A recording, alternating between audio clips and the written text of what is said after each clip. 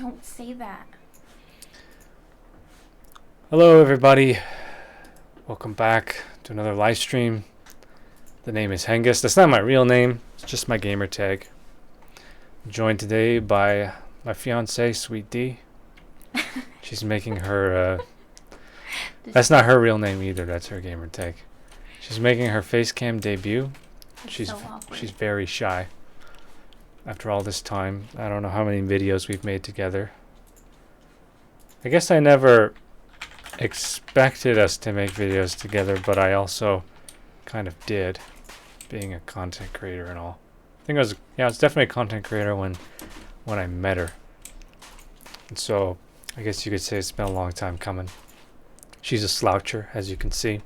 Oh God. Got her set up with a pretty legit mic, and it's just a regular webcam. It's not quite as good as my camera, but you know, pretty limited here. So it's been a while since we played some MC. Look at me. Look at me! Joker, The Dark Knight.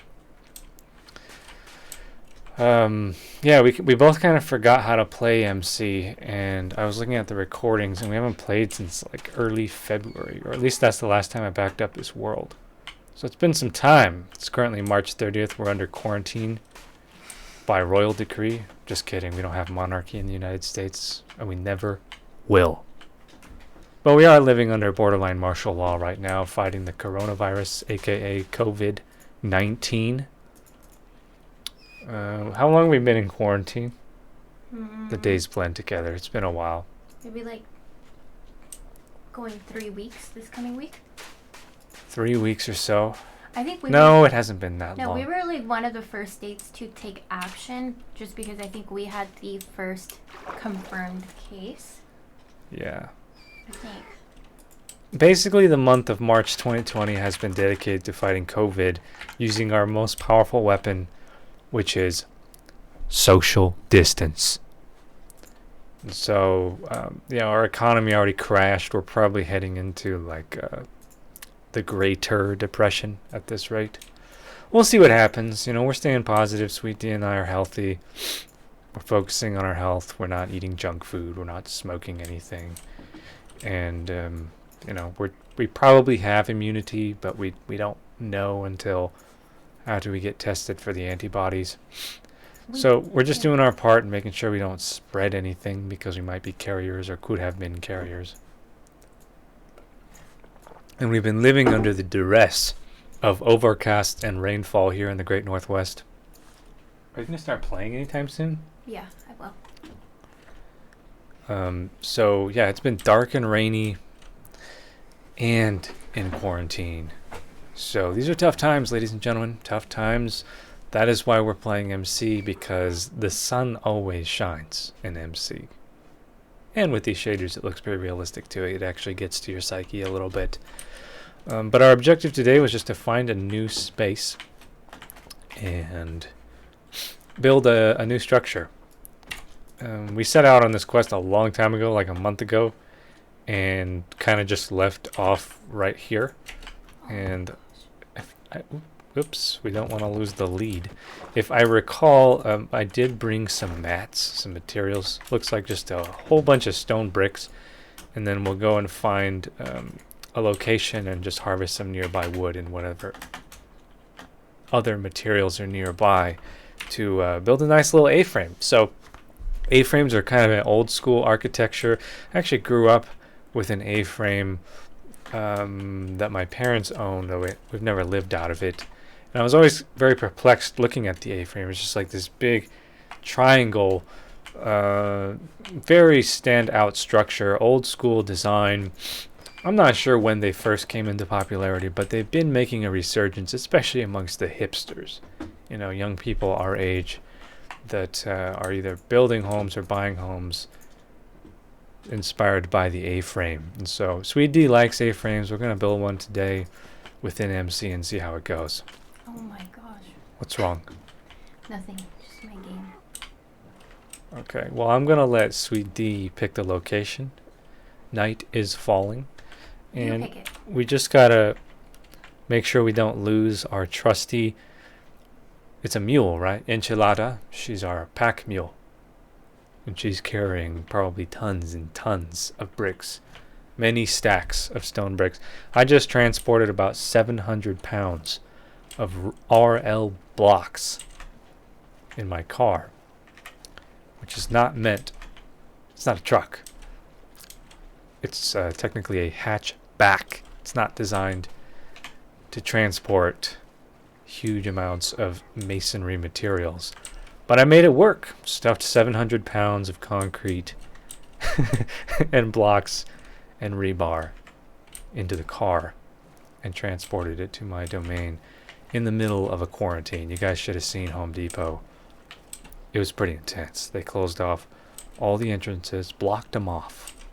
And then they created this one single filed line that's fenced in where they're counting the bodies that get to enter the building because they're limiting the number of people to 100 at a time. It was pretty intense. It was straight up quarantine status, and they're all sold out of the masks for construction purposes. They're sold out of paper towels, and of course, toilet paper. It's sold out of hand sanitizer and bleach.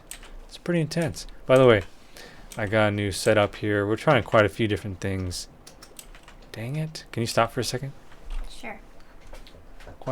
Trying quite a few different things here in our stream setup, one of which is this, where I can swap faces full screen. Look at that. It's like in the 90s, this technology was only available to like news studios, media outlets and such. And now look at me, just with my, say hello.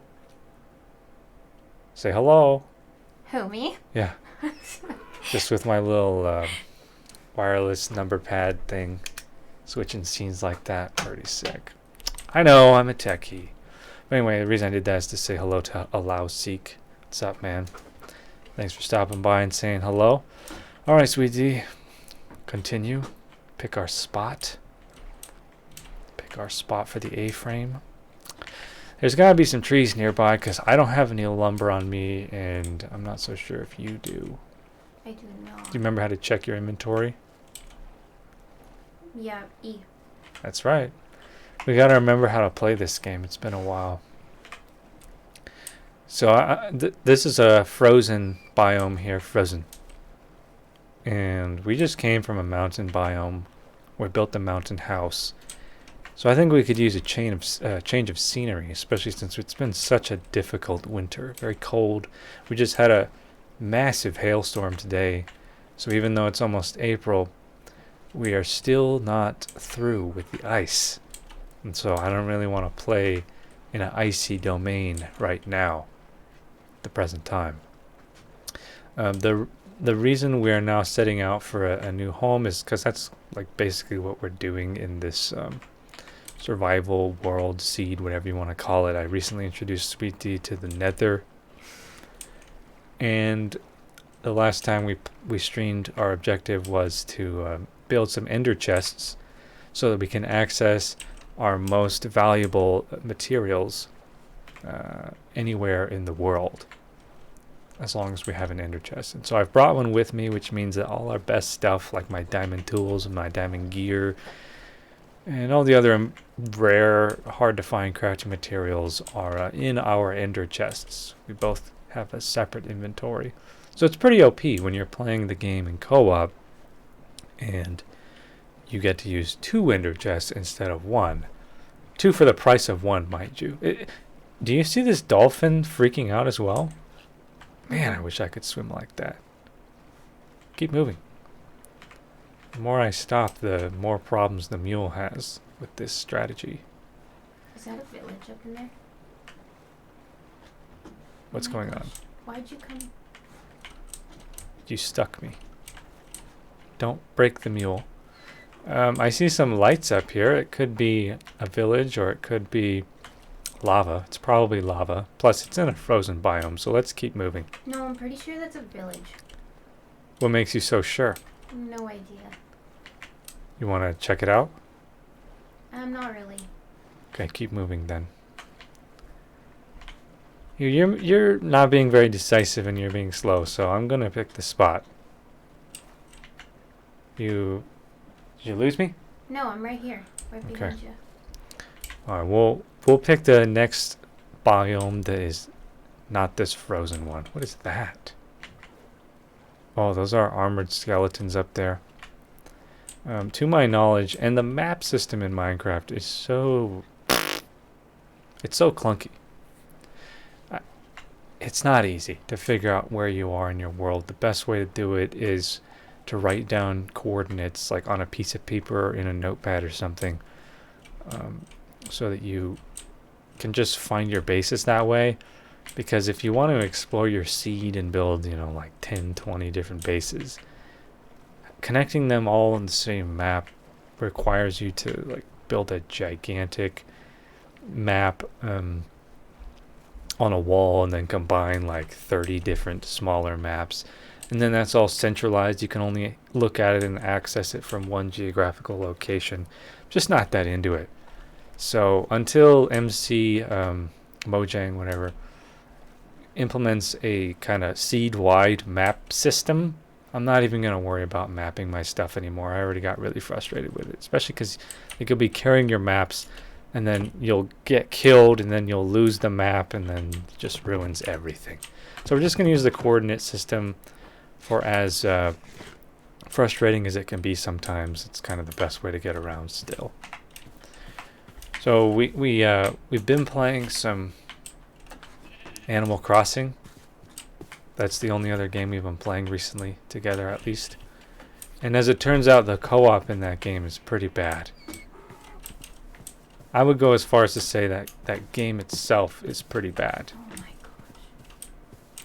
This creeper's trying to kill the mule, and the mule is just really derping out. And I don't have my bow on me, so... Oh no, I hit the mule. Oh my god. The mule's dead. Are you serious? Yeah, Wow. Can't believe it. that's tragic. She's dead. R.I.P. Enchilada. We'll build her a grave site later. Can you pick up these stones down here? Yeah, we're... But you know what? In this game,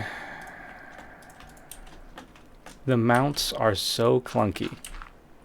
The horses. Like, I've tried to find a reason to bring them with you on an adventure. And apart from the mule, which is capable of carrying quite a bit of inventory, I can't find a good reason to bring one. And as you can see right there, just leading it with the rope, how badly it was derping out, just got slew by the creepers, just a waste of time. It's like, why do I even bother? Alright, Sweet D, this way. Don't get separated. So yeah, Animal Crossing's New Horizons on the Nintendo Switch. The co-op is horrible. Like, it's just bad. And I haven't written a review for a video game or made a video review in a long time. I don't plan on doing it, probably ever again.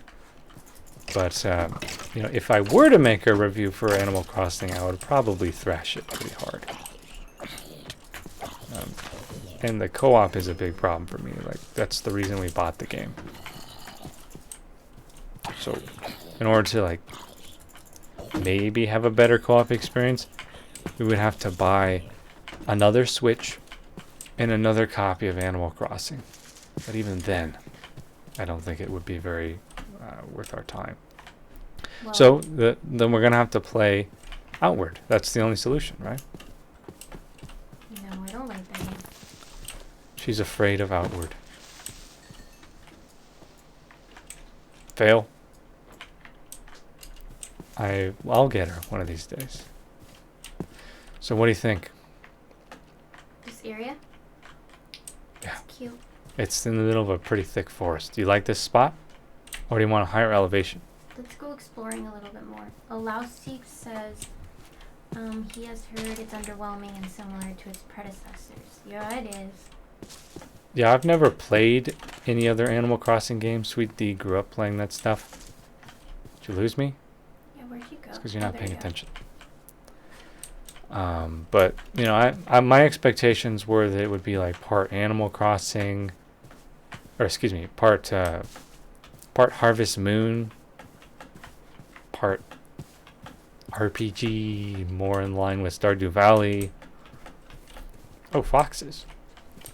And then, you know, just like a sandbox game that you would expect to see in the year 2020. But I was analyzing the netcode of that game, and it's more like 2002 networking. And the sandbox itself is really, really small. And so we're used to playing in Minecraft when the sandbox is literally infinite. And being constrained to a small island that's like smaller than King Kai's world, that was a pretty big disappointment for me. Allow Seek says, I mean, no one wanted it to change drastically, but something innovative or creative would be welcome. Yeah, they don't even have to really like break the mold, like you said, but you would at least expect the technology to be modernized. Like, I don't know if the size of your sandbox is really much of a technological advancement, because like we already have, you know, games from like the 90s that have a sandbox exponentially larger than that game, like, I don't know, Ocarina of Time. But I would expect a bigger sandbox. It was just so lame to be constrained to that. What do you think of this spot? It's like a plane. If we build it closer to that lake over there. I feel like we've been here. I feel. Well, there's a lot of planes in this game. What do you think of this spot? A little higher. Somewhere.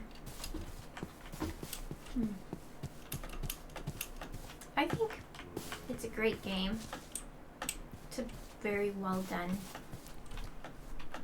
game. Look at you wasting our bandwidth by watching the stream. Doesn't matter. Don't worry about it. But, yeah, Lausik says that Nintendo is 10 to 20 years behind for sure. Still love them though. I mean, it depends on how you're judging how far behind they are, but Nintendo is my favorite gaming company and my favorite game developer. But technologically, they do. I mean, they're not trying to compete with like the Xbox or the PlayStation in terms of, you know, technical prowess or anything. It's mostly the art style and the creativity in their game design that sets them apart. What about here? yeah, I like it here. Okay, do you want to stay at this elevation that you're standing on? Yeah, let's do it up here. Okay, well then let's just remove this top layer here. Can't believe we lost Enchilada back there. R.I.P. I guess that's just sign of the times, man. It's time to move on. Perhaps we should release all of our livestock in this game until Mojang decides they want to get serious about, you know, the behavior of mules, donkeys, and horses, so that they're actual companions and not just liabilities. Which is pretty much what they are in this game, liabilities. We did recently binge watch Tiger King. Tiger King? Yeah, why do you bring that up? Well, you're talking about animal liberation in that documentary. Nobody should be owning big cats as pets. Yeah, that's nothing new for us, though. I mean, I think that's pretty much how the public feels about that docuseries, which went viral for some reason. I didn't think it really deserved to go viral. I didn't think it was very special. But I think that the public feels definitely that nobody should be keeping big cats, and that series just helps to reinforce that, which I think is definitely progress. You know, because most of that was shot during an era very recently where keeping big cats as pets was actually legal. Can you go deposit your stone bricks in that chest I made over there? Mm-hmm. So what we'll do is we'll just level this out. and then we'll build some foundation. I've for the past couple of months been fantasizing about building a home IRL, and I think that Minecraft definitely has contributed to that.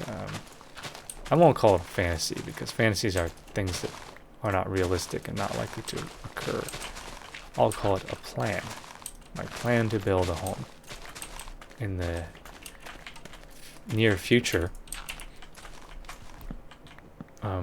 A combination of watching architecture shows and playing Minecraft has helped to motivate my decision to craft a home IRL.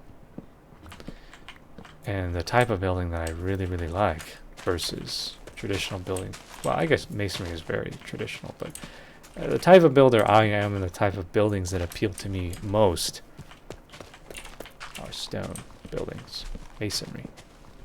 I recently got a roto hammer, which is a power tool you can attach drill bits to and chisels to basically shape solid stone.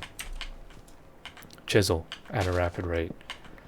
It's mostly used for demolition, but I reckon you can get really precise with a roto hammer and a small chisel. I have a 3-inch wide one and I think maybe a 1-inch wide chisel.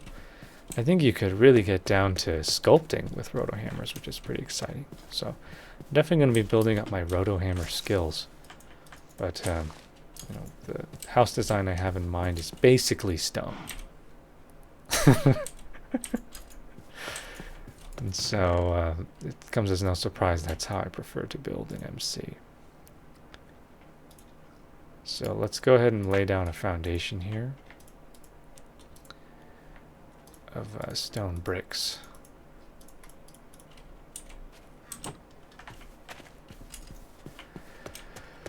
I think it was your idea to build an A-frame. Mm-hmm. What is it you like about A-frames again? It's cozy.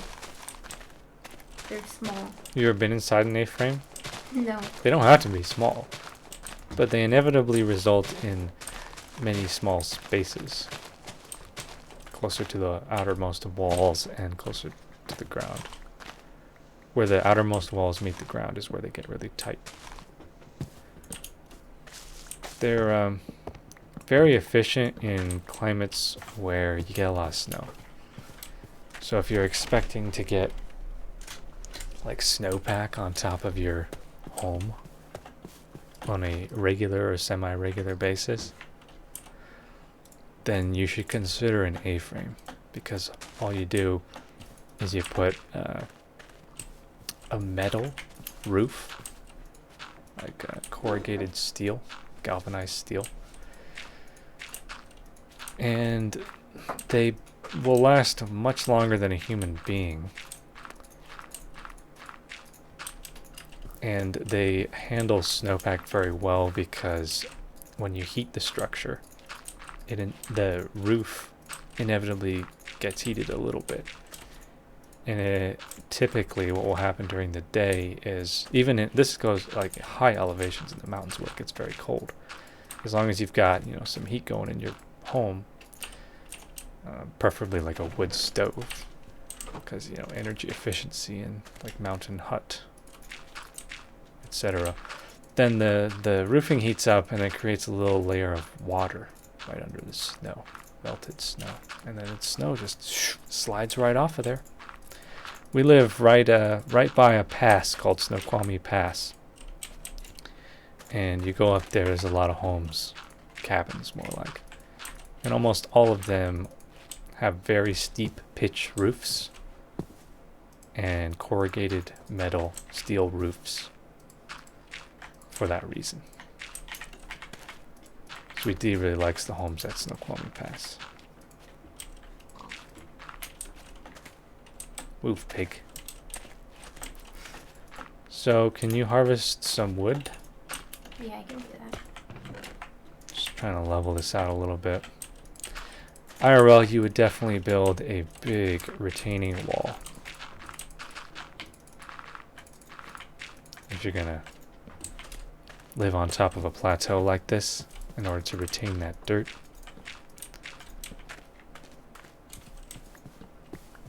But I might do that. What's with all these torches? Just for the time being. Alright, so we'll come back to the wall of dirt that needs to be retained later. And so we'll work with this space here pretty much.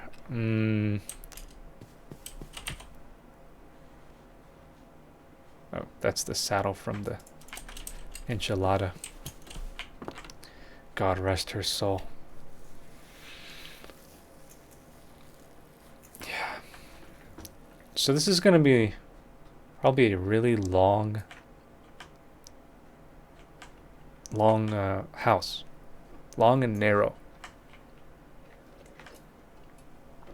What do you think about that? Long and narrow. Yeah. Very elongated A-frame. I wanted like a tiny house A-frame. Tiny house? Andres says he has seen these houses on hills where half is like only on log wooden stilts. Half? Andre, I've seen houses on hills where half is like only on long wooden stilts. Yeah, because they don't terraform the land before they build on it like I just did. What I just did in this game is extremely disrespectful to Earth. You would not do that IRL unless you're a Southern Californian developer where they literally mow down hillsides, make them flat, and then build on top of them. You should never do that. And that's why they have so many problems. Well, that's one of the many reasons they have so many problems in SoCal with their cities. It's mostly flat as it is. That's why they try to make everything flat. But here, like in the Seattle area where it's very hilly terrain, you just build your foundation on top of the hill and level it out by having one side of the house raised and to be level with the side of the house that is built upon higher elevation, if that makes sense. So a lot of homes here are built on stilts and a foundation. Pin piles is what you call them. You basically drive a steel pole like 20 feet into the ground so that the house is stabilized and it doesn't slide off. He lives in SoCal, in Los Angeles. I'm from Los Angeles. So Sweet D wants a tiny house. Yeah, a tiny house. I love tiny houses. I mean, I don't think I could personally live in one, but I think they're cute. Yes, you could. The key to living in a tiny house, the reason you do it is because, well, there's many reasons to do it, but the main reason I can see to do it from my perspective is because you want to spend your money on land and not a pre-existing structure. And the most intelligent way to go about doing it is a tiny house on wheels. So take our situation, for example. If we were to move into a tiny house, I would build the house here at our existing home on top of a trailer that you can, connect to any truck or SUV. This is too small, but come here and look at this as a footprint. Okay, I want like a high loft. Yeah, so we can make this into like 3 stories. But what I mean by long is we could make it much longer than this. I could even make it longer. No, let's keep it this dimension. And then we'll just build like a 3rd story, and the top story will be a very small room. How about that? So I would build the tiny house here on top of a trailer, and then Sweet D and I would spend our savings on some acreage, and then we would either move out of here or sell this place, and then just literally hook our tiny house up to a strong vehicle. We don't actually have a vehicle capable of towing, but we could easily rent, a truck or borrow a truck, and then just move our house onto the acreage. You don't even need to put it on a foundation or anything. It's just right there on some tires. And then like build your garden first thing, of course. And then start landscaping. Make it just the way you want and start saving to build a more permanent structure. That's how you do it, man. Come get your bed. That's my bed. How dare you? You put it on the dirt. So we'll just make a stone floor like this. How much wood have you gotten? I only have 13 spruce logs and I actually haven't really been doing that, but I'll Fail. Come here. Or I'll just put your bed down. Never mind. Our bedroom will probably end up being on the top floor.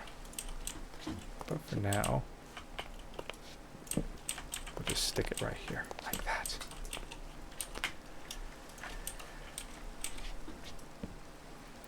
This vegan fully supports your plan. I'd love to end up with something similar, says Allow Seek. Yeah, dude. Tiny houses are extremely economical. And so those trees are all spruce. So just like harvest all the spruce and then also plant saplings. Here, I got a stack for you, a small stack. Make sure you space the saplings out a little bit so that they can grow. Our generation, you know, Sweet D and I are millennials. Millennials. We got the shaft in terms of our economy. So it's like really difficult for millennials to get a start and like buy a house. So difficult for anyone. yeah, anyone who's starting out, but if you're already established before the economy became the way it is, then you're in much better shape. Because you already had stuff. It's not like the economy is great for anyone right now. That's not true at all. The economy is fantastic for some people. It's just a very small portion of the population. But tiny houses are becoming much more popular and viable because of economic issues. The lack of affordability of homes. I'm down with tiny homes. Oh my gosh. The key to being happy with a tiny home, I haven't lived in one yet. I might. Not currently planning on it. The key, as far as I can tell, is to just have space, man. So you spend most of your time outside. That's the idea. What was that? Just got shot. Skeletons. They're all over. We'll have walls soon enough. Just make sure your health is topped off. Oh, also, well, let's just sleep. Because if you die, who knows where you're going to respawn. I haven't even written down the coordinates or anything.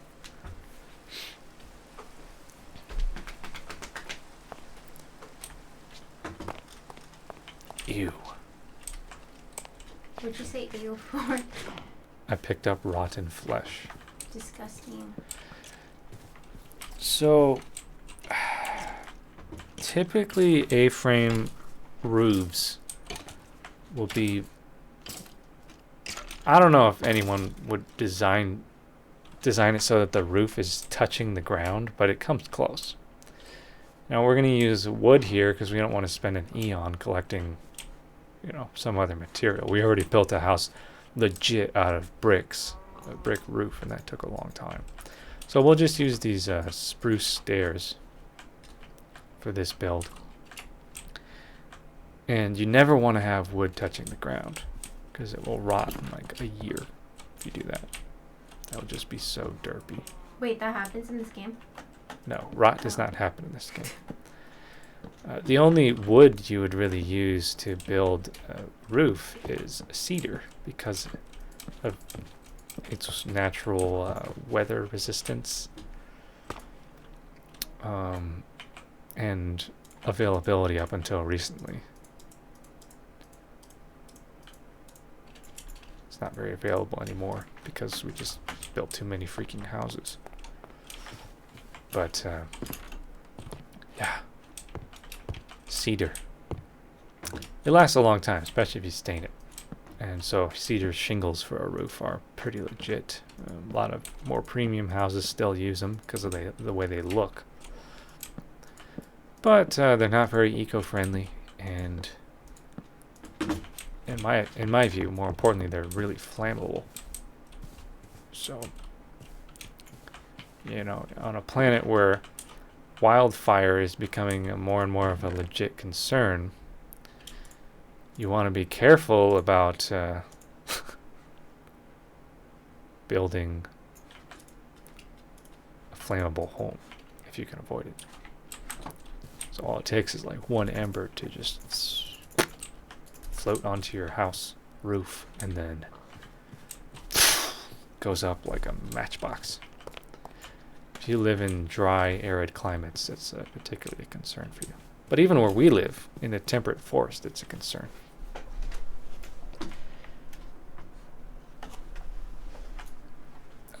So, come on, Sweet D, you still haven't learned how to cut down trees in this game? It's been a while. You can't leave the logs floating in the air, otherwise the tree will never go away. So build up and remove the top pieces of lumber before you move on. They're going away. Slowly. No, they won't. They won't dissipate if you don't remove all the log pieces.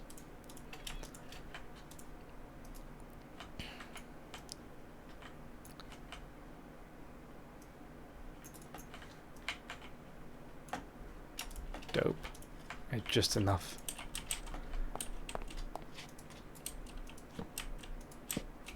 There. I'll put all of our valuable stuff in here. Gonna go collect some lumber here momentarily.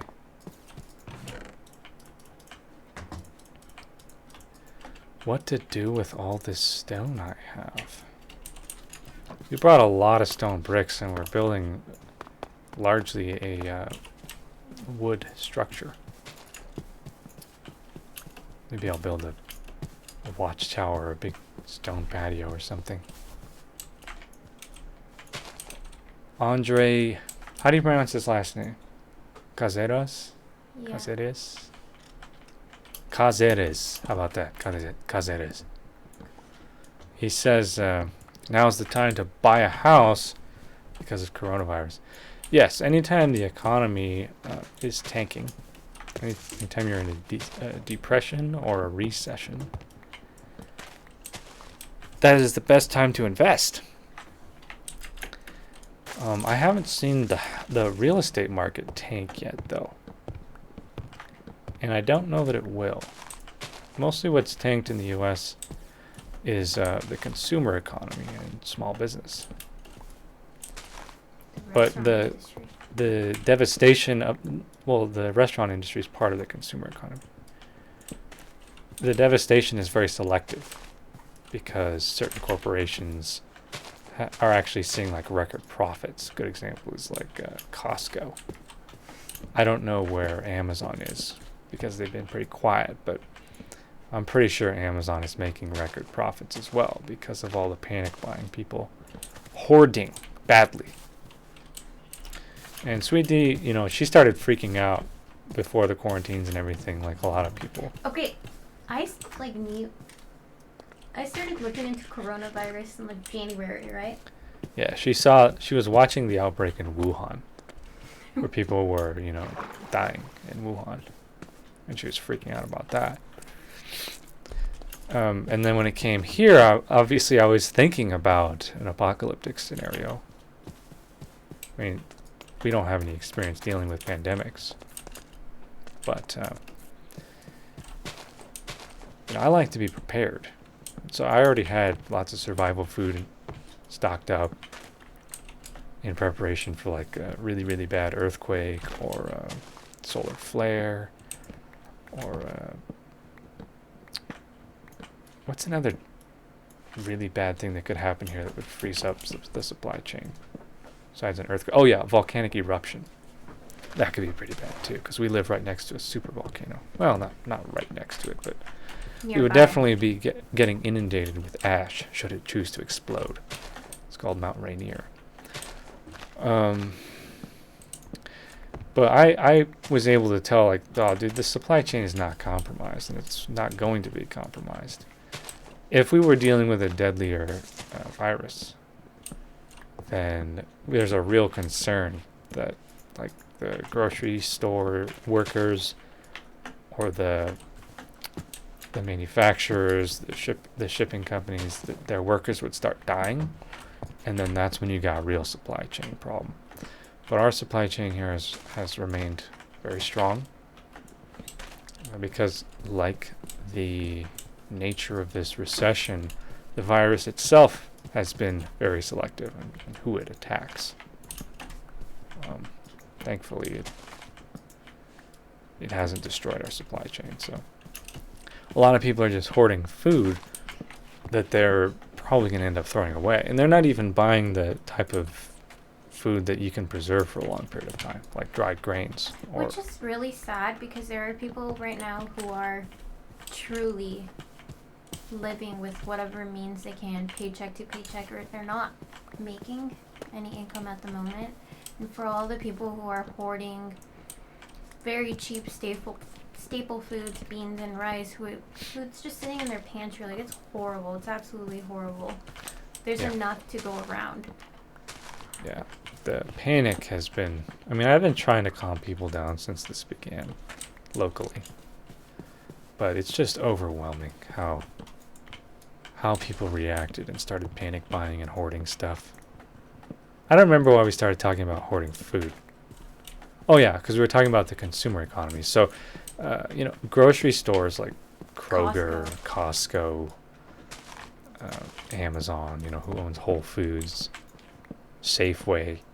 These guys they're experiencing record profits because of the panic buying. But most of the consumer economy has been devastated, like in a way that we've never seen.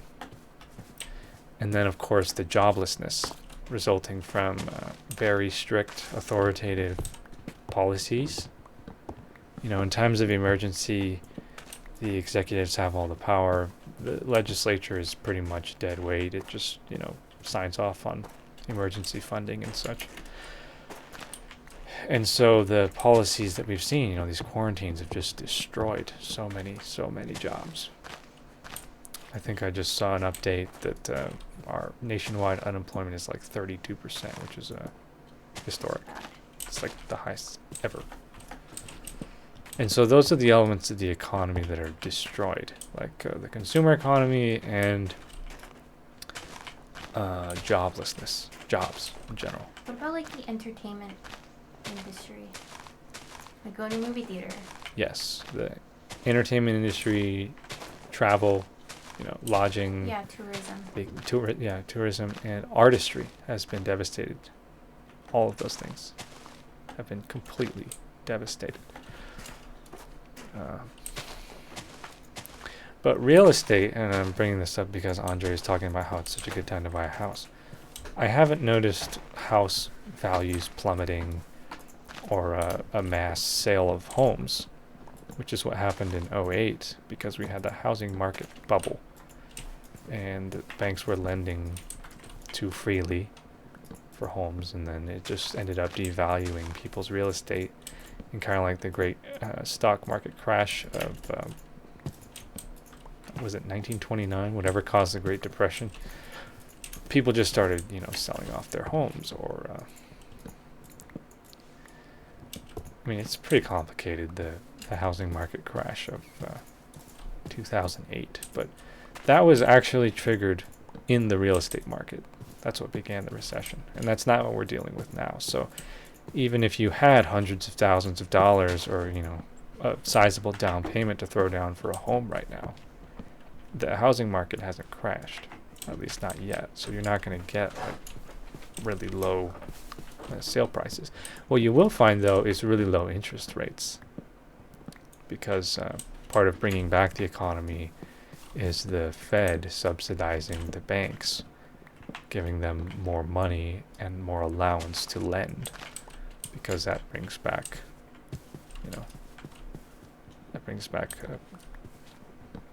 well, basically it keeps the banking system from collapsing. The injections, they call them. It's not even, we don't even print money anymore when we add dollars to the country's economy. They call it inventing. We invent money, or the Federal Reserve invents money now. And they'll literally just inject trillions of dollars into the banking system for this reason, to prevent the banks from collapsing. And so oh man, that's some really complicated economics. And I've been listening to some economists about how that affects inflation and everything, and it's pretty mind-boggling. It also highlights something that I think a lot of people with average or above average intelligence would figure out, is that the whole financial system is just imaginary. It's fictitious. So it's like we spend our lives slaving away jobs we don't want to do for the purpose of accruing dollars so that we can live.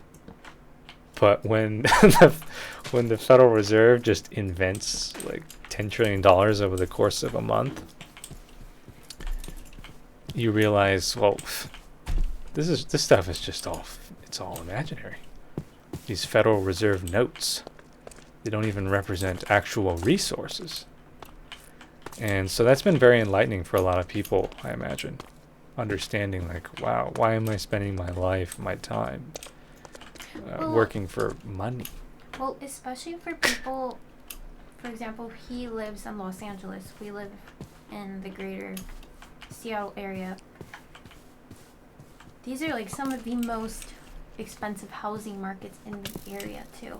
Where? SoCal and in Los Angeles, here where we live. Yeah. I think the median price for a home where we live is probably like $500,000, like almost maybe more than $500,000. It's more. Yeah, it's. Well, are you talking about our city or our county? Just like our maybe our county, or just the like county's let's got. just say like the east side where we. I think it would be safe. 500,000 median value would be a safe assumption. Yeah. And even then, when a home of that price goes on the market in this area, it always goes above the listing price. Yeah.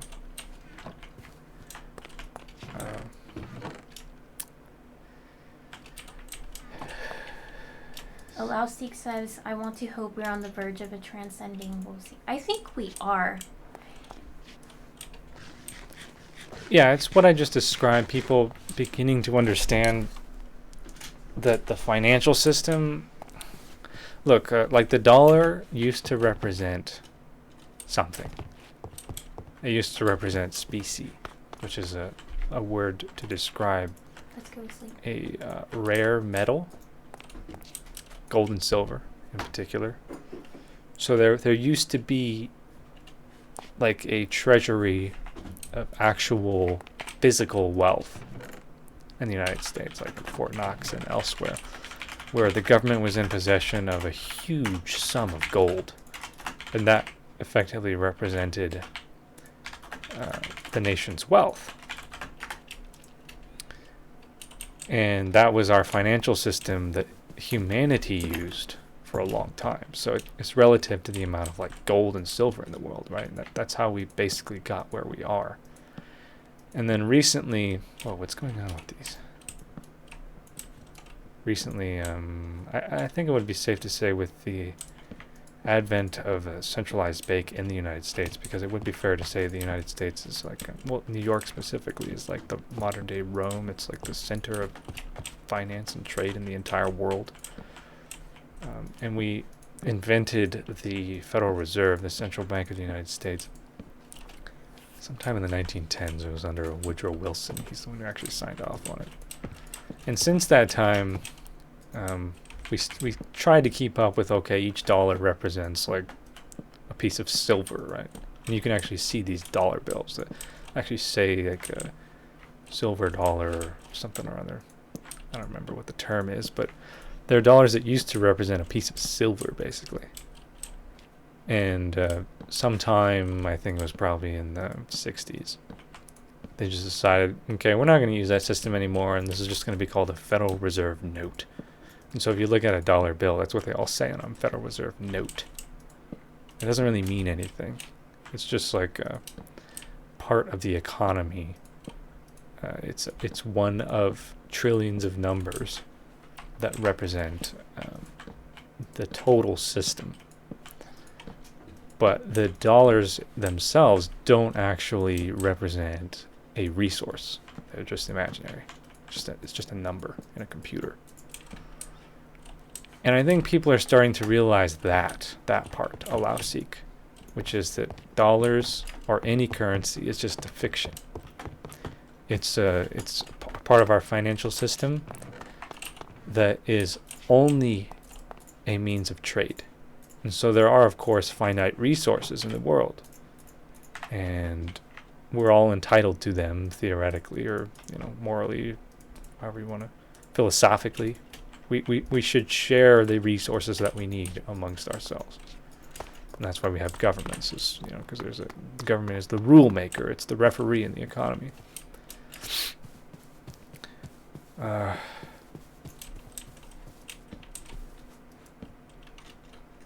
on.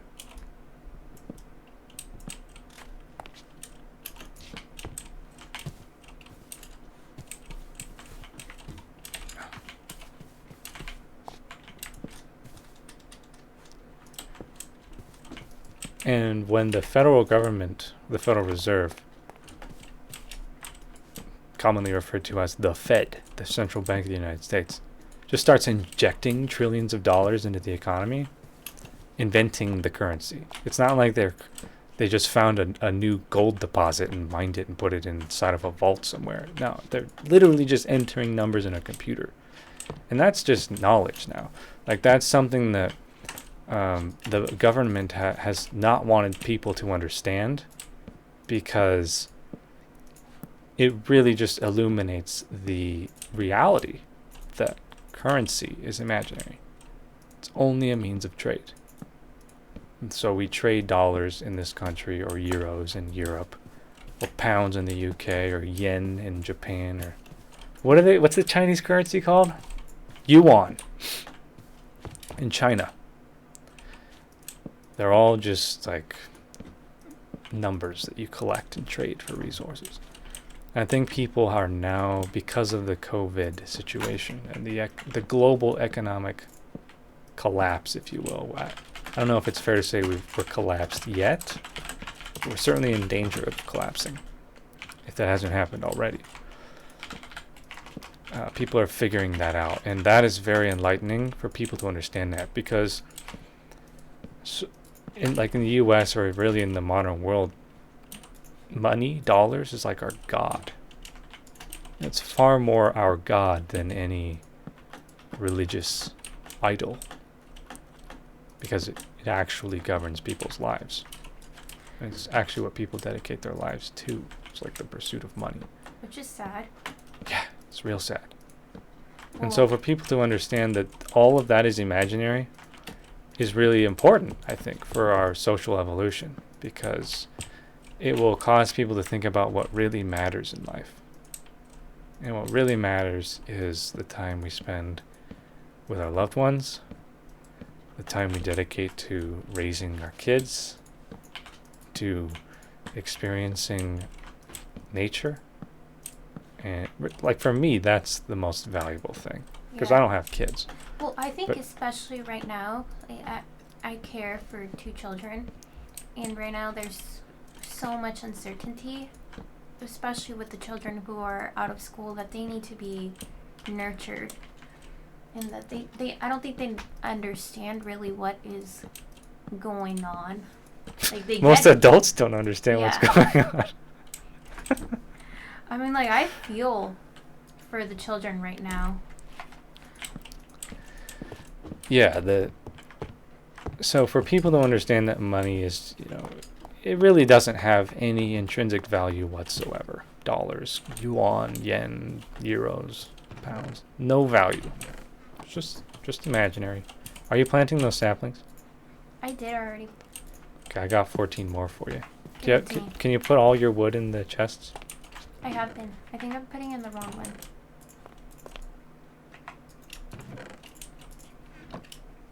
Okay, nice. Continue harvesting, please. Okay. Wait, I need a axe. Do you have one? I do, but it's the only one I have. Don't lose it. Well, actually, I need that. Wait, not a pickaxe. I need a... Okay, I'm gonna put down our ender chest here. What's it called? So, whatever you do, don't destroy the ender chest. It is our connection to all of our bases. I'm gonna put it right here. Okay. And I'm gonna build you a diamond axe.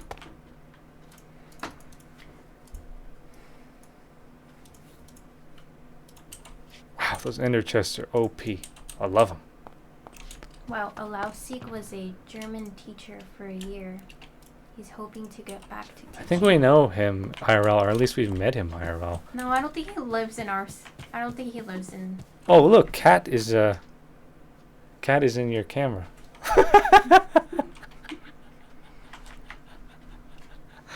Hello, Cat. And then Andres asked, have you seen the Corbett Reports documentary on the Fed, Hengest? Although he's kind of a conspiracy theorist, it was interesting. Corbett Reports? Yeah, Corbett. No, never heard of him. You wrote a paper on the Fed for your class at university. Yeah, it's all very mysterious. And it's that way for a reason, because money is how, in many ways, how we keep order in our society. And so the federal government of the United States has control of the financial system, and by extension, much of the financial system of the world. Because for a long time, the US dollar has been the central currency. It's the currency that everybody uses. It's the standard. And so if people understand the mysteries of centralized banking, then they really understand to a greater extent how the monetary system functions, and they'll arrive at the conclusion that we're all basically all being made slaves by the financial system, and that is the key to centralized power, to the power of the government. And so if you're the government, you don't want people to understand that, really, because it threatens your power and your control. And that is a big reason why conspiracy theories are allowed to run rampant, or do run rampant. But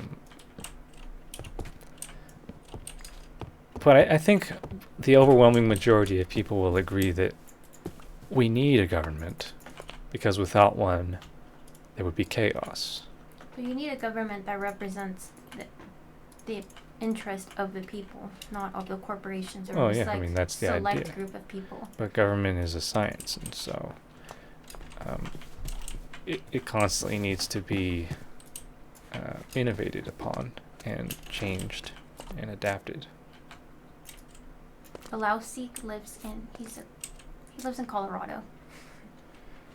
So even if everybody understood centralized banking, the Federal Reserve, the way, say, like the Secretary of the Treasury does, or the people that work at the Federal Reserve, it's still not evil per se, because it's how we trade. And obviously it works, because it's a highly functioning system. How else are you going to trade the Earth's resources and keep track of them all and divide them up fairly, which is, that's the goal. That's the aspiration, is for it to be fair. It's not about what's right, it's about what's fair!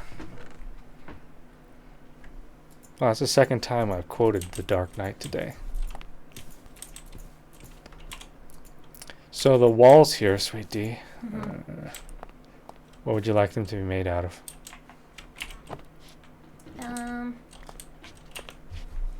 Let's go for more masonry. Stone. Yeah. Or stone bricks? Or something else? Whatever is one that doesn't blow up. With Well, brick. all stone has the same blast resistance.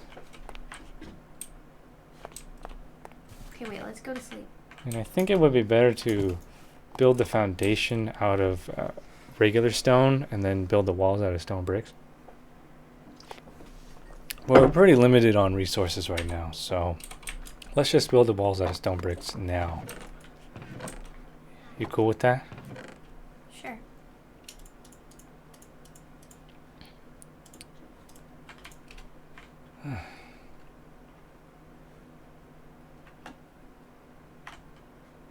So money bad, government good, like Star Trek.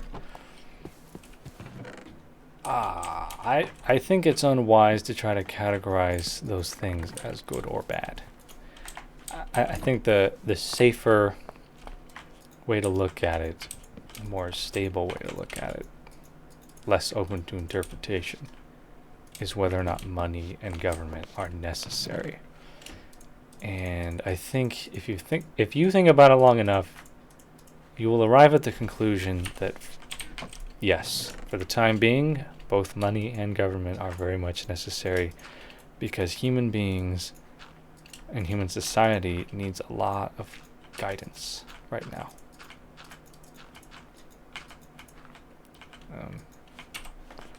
So I am of the opinion that we need to have a financial system. I think that our current financial system is corrupt. Very corrupt. And it's incumbent upon us, the people, What is this creeper doing? step back to fix it. So, we gotta have the essentials, like entertainment, for example, in our lives. Otherwise, we'll go crazy. But we have got to.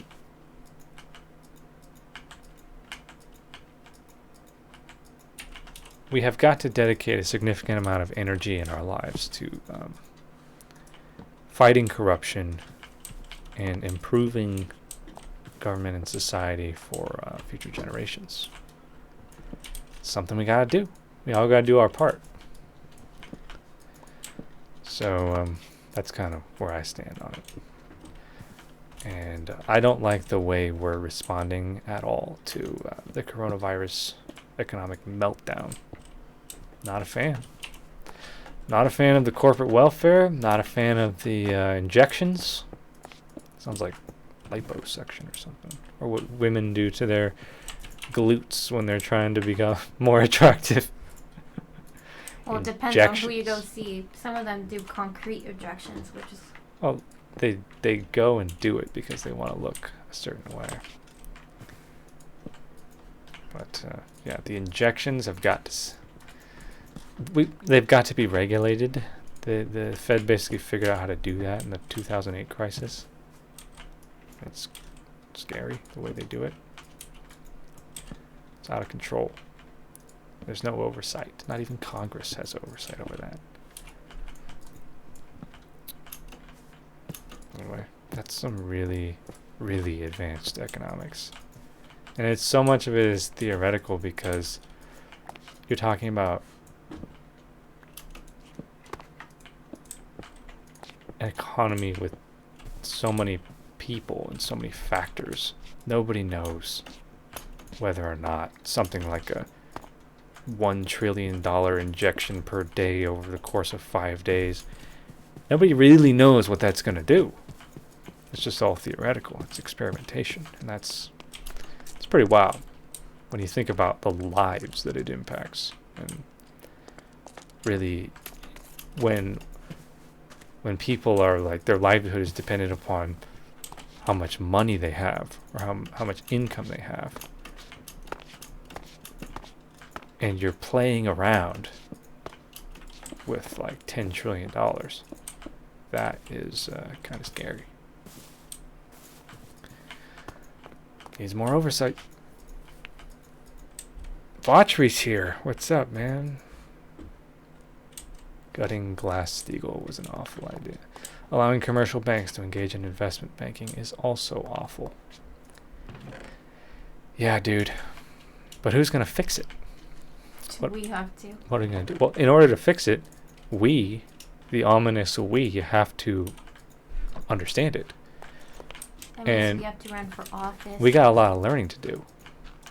But I just said Congress doesn't have oversight over the Federal Reserve. Not really. And so even if you are a good person, you run for office and you get elected, you still can't. You know? There has to be real oversight. And that requires people to say, hey, what you're doing there with the injections or the corporate welfare, it's not okay and you got to stop. And how do you do that unless you have some type of revolution? And I think it's where we're at.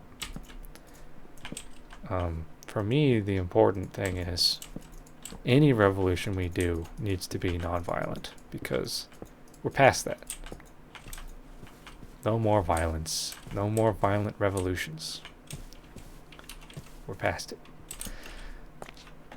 But how do you force the establishment, so to speak, the power to abide by the will of the people without violence? And that is the key. That's the key. How do you do it? I don't have all the answers, ladies and gentlemen, but we're all in this together. Oh yeah, I'm liking the way this is shaping up. I'm liking it. And the conversation is stimulating. Oh, but that won't do. No. It's got to be like that. What do you think, Sweet D? I like it. You know what? I feel bad saying this, but I love Animal Crossing. Don't get me wrong. I think I'm just over that. That was long ago. So you're not enjoying it? No, I enjoy it. It's just not like a Minecraft type game. Why do you bring up Animal Crossing? Because you're playing Minecraft? Yeah, I haven't played Minecraft in a while. I see. Oh my gosh, I'm on fire. Do you have a... I'm gonna die. Where are you? It should stop. Just eat. Okay, Oh, it's yeah, the zombie caught you on fire. You don't have a water bucket? No, I always forget to bring one. Not only is it very essential in times of emergency, like when you catch fire, I know. but it is also a potent weapon. Yay. Lausiek says, we're having corporate bailouts and small business loans when we need small business bailouts and corporate loans. I like that. I like the way you put that. But you know what we need before all those things? We need bailouts for the people. We need that UBI. Because when you have a crash, the way we've had a crash, the people that hurt the most are the people that were already struggling to get by. The people who already didn't have enough money. And they lost their jobs. And it wasn't their fault. They didn't lose their job because they were untrustworthy or they betrayed, their contractual agreement, or they couldn't get along with their coworkers, or because they didn't show up. They lost their jobs because social distancing. If you really want to break it down, that's what it is. Social distancing and fighting a virus. And so their livelihood has been turned upside down, and it's not their fault. And those are the people that need a bailout. You know what I'm saying? So the best way to do that is not through any of this garbage that we're currently doing in Congress, or with these $1,200 checks, or That's if you The qualify. unemployment, as Mr. Schumer, senator from New York, likes to say, unemployment insurance on steroids. God, reaching across the aisle. Dude, when I'm an old man, I'm going to be looking back at these Congress people. And I'm going to be hopefully thinking, man, remember when Congress was super lame like that? We were talking about reaching across the aisle and unemployment insurance on steroids. No, what we need is a universal basic income. That's what we need. And there's a growing movement for it. I'm very happy to see that. And it's not just in response to coronavirus. Our Congress is writing, in many ways, blank checks to the biggest corporations in America that are owned by the wealthiest people in America. And if you're the head of a big corporation, how do you spend that money? And the most logical way to spend it, and this is just business right now, is to lay off workers and invest in automation. And that's exactly what these people are doing. Why? Because machines don't get sick. Machines don't complain. They don't need health care. They don't need paid sick leave. They don't need it. They don't need benefits. They don't even need to take time off. And most importantly, they don't need to get paid. So, when you've got a pandemic and you don't know when it's going to end, keep in mind, like the most recent pandemic in 1918, it circled the world twice. No, actually, thrice. Because the virus mutated. And so we thought, oh, well, it's done then. We can go back, go about our lives. And then the people who had immunity got infected again because a mutated version of the virus was making the rounds. And by the rounds, I mean circumnavigating the globe. Scary. That's what happened. And there's a really strong likelihood it's going to happen with this virus because this virus spreads even faster and more easily than Spanish flu. Which means that the faster a virus reproduces, like with animals, like rats or bunnies or whatever, the more mutations it's going to make, the faster it's going to evolve. So we should expect COVID to mutate. In fact, we should assume that it has already mutated. And so we could be going at this for a long time, ladies and gentlemen.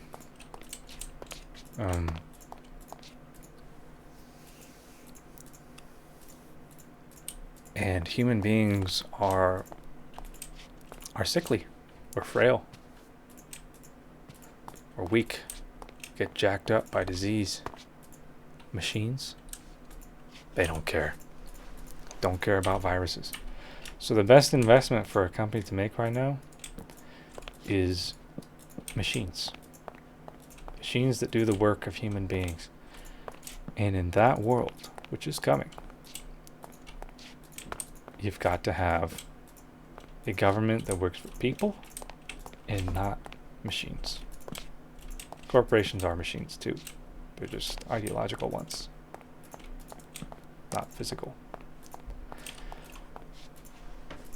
And the best way to react right now is to get that UBI, to put the money in our hands, to secure the bag.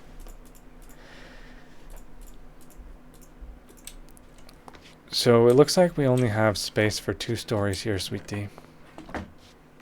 But you wanted a tiny house. Yeah, we can make like a shed. The next thing we need is some sand. Okay. Unless you have some in your ender chest. I don't think I do, but... Oh, I can look at it, right? No, I don't. I have diamonds, an enchanting table, a bookshelf, obsidian. Okay, No. we need some sand to make some windows. You know what I'm saying?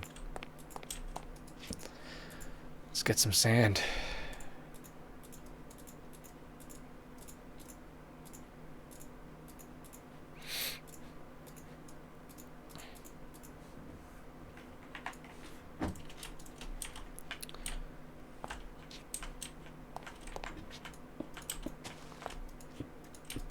I like that. Could also use some coal. Let's sleep though. Okay.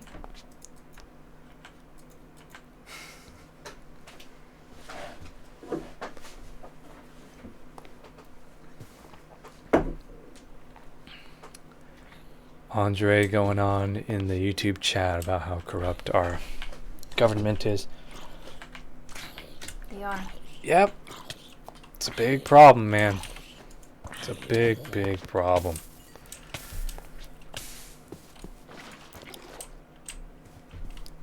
I'm not going to talk about on this live stream how I think we should go about fixing it, but I am going to start making videos like that. And you can check them out on my personal channel later.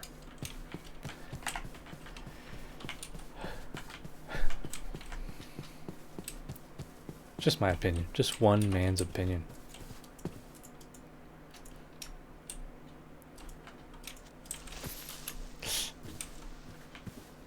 I see lots of coal down there. Where? I'm going. In the river.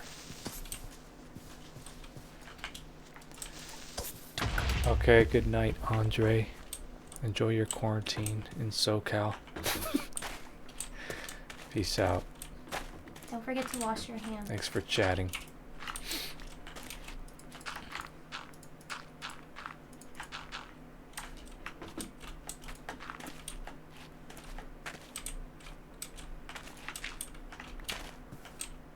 Grab some of this coal and some sand. I'll get the coal. I love mining coal. Why? Because of all the EXP?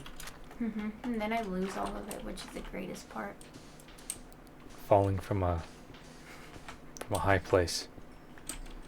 Wow, it's been at least a month since we've seen home base. Remember? Yeah. Our apartment base. Oh wow, I'm dying. Man, got some bad lung capacity in this game. Even I can hold my breath longer. And I can't even... Well, actually, I might have pretty decent lung capacity, IRL. Don't really know what to You compare gotta it to. take care of your lungs right now. Yeah, you guys should see the number of snake plants we have. Snake plants. Oh, what Whoa. the... Did you die? Yeah. I watched that happen. I got one shot by a creeper. Hurry up. And I had so much experience too. I hate creepers. What's the point of iron armor if it can't even protect you from a creeper blast? I don't know. Ask Mojang. Either creepers are OP or iron armor is useless. Creepers are OP. Maybe it's both. They're ruthless.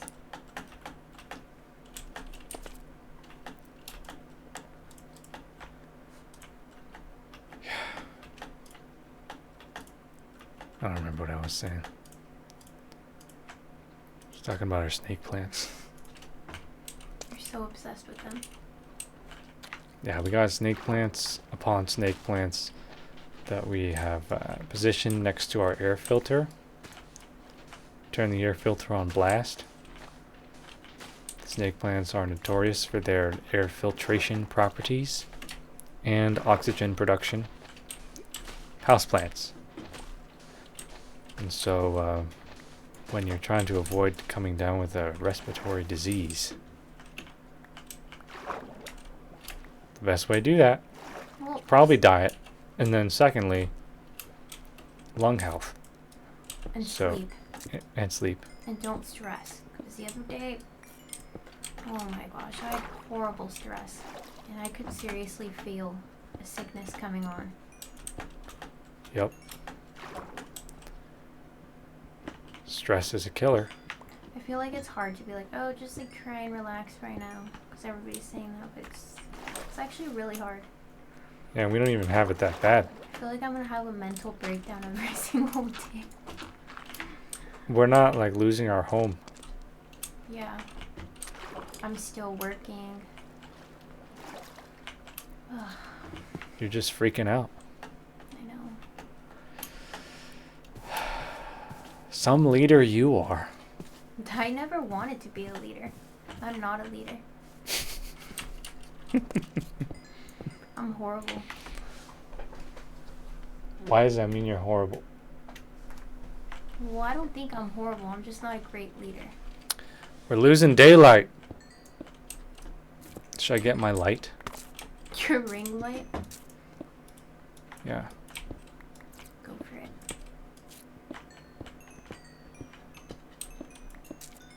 Maybe I'll just use the camera in overexposed settings. It's difficult to keep up with the lighting change when you're not using auto expose on your cameras. Some of the best leaders are reluctant leaders, says Allow Seek. Yeah, I agree with that 100%. People that don't want power are exactly the people that you should give power to. The people that do want power, get rid of them.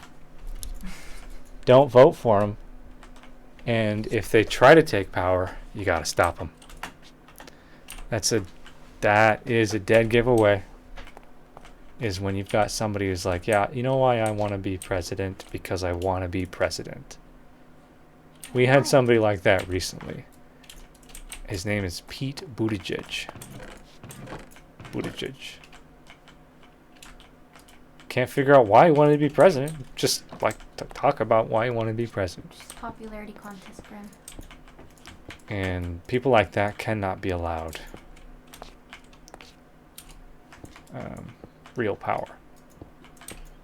I mean, he was a mayor, but I just want to free the animals. Oh my gosh, it's not even funny. I just love animals so much. you want to free the animals. Yeah. Just want to like pet them and hold them and invite them to my home. But I don't think you would allow that.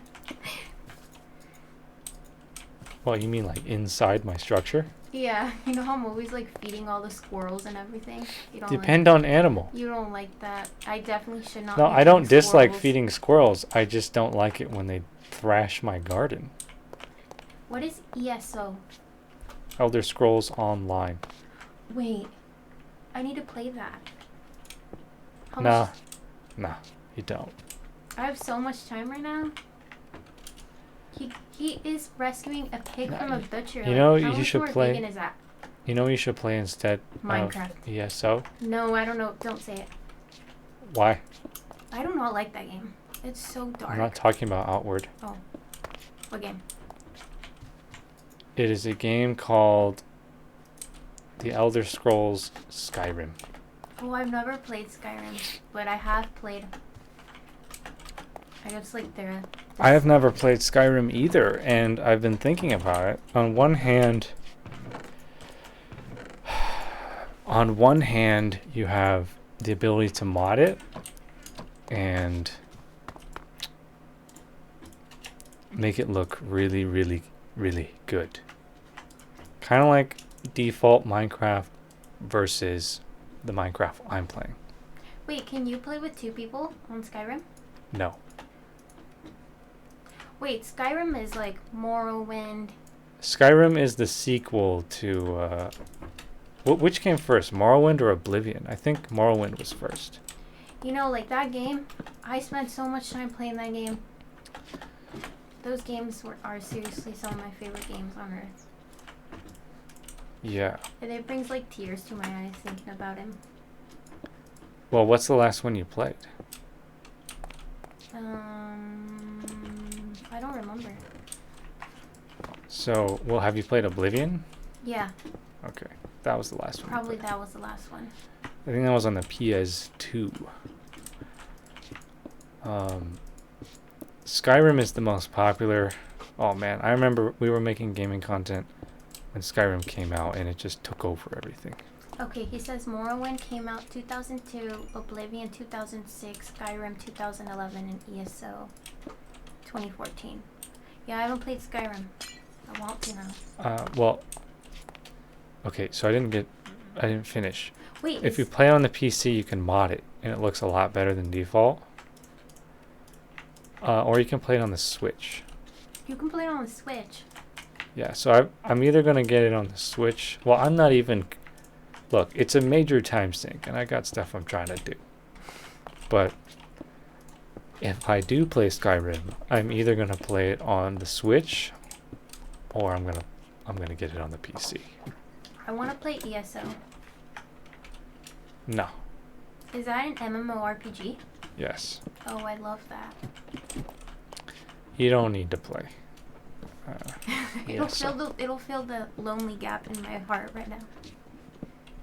I mean, I know that Allow-Seek is into ESO because he posts about it He's in our saving Discord. a pig from a butcher. Like, why would I not want to do that? You mean in the game? Yeah. Well, why don't you do it IRL? Are you kidding me? I'm going to go to jail for doing that. No, you can buy the pig. Look at what happened to Gary Orofsky. I don't want to buy a pig from a butcher. Well, how are you going to save it then? You going to steal it? Yeah, I'm going to go to jail if I do. And how many pigs are you going to save in jail? Well, while you're in jail? None. That's Exactly. why I can't go to jail. And I don't want to go to jail. So, why don't you work your ass off so you can buy some land and then start an animal sanctuary instead of I'm going to playing start a ESO. vegan commune and you can be our cult leader. No thanks. Just kidding. I'll pass. Everyone says that we should get on the PC because PC Master Race. The mods are so good. Who said that? Oh, Landry's. Yeah. See if I get killed by a creeper. Allow-Seek says he has a solid plan for stealing pigs. He has No. connections. Nah. Cool. Let's do Oh, it. Andrew says PC Master Race, come on, Hengest. Well, let me tell you something about that. When I play VGs these days, video games, I like to relax because I don't really... Look, I'm streaming right now because we enjoy streaming together. But, you know, it used to be my job, and it's not anymore. And I don't want to go back to streaming for my job. So typically when I play video games, I'm just doing it to relax. And in fact, that's what I'm doing right now because I have the luxury of being able to live stream and relax right now because it's not my job. You know what I'm saying? But if you're trying to relax, yes, I grant you having amazing lighting and textures and all these things and the ability to shape the game how you want is awesome. That's the PC Master Race. But I can't really lay down with a mouse and keyboard on my floor, which is what I like to do. I like to lay on the floor. He don't care. He says, but PC Master Race. And I like to play my video games that way. It's much easier to lay down on the floor and relax with a console than it is with the PC. And I will be very hesitant to accept a counter argument. Okay, what if you like mounted your screens onto the ceiling and then you're laying down there? Yeah, I've actually thought about doing that at length even. Who said that, you or somebody else? No, I said that. Okay, yeah. I've been wanting to do that, which is mount my monitors to TV to the ceiling. so that when you lay down, you don't even need a pillow to prop up. Maybe if you watched our recent Animal Crossing live streams, that's what I was doing.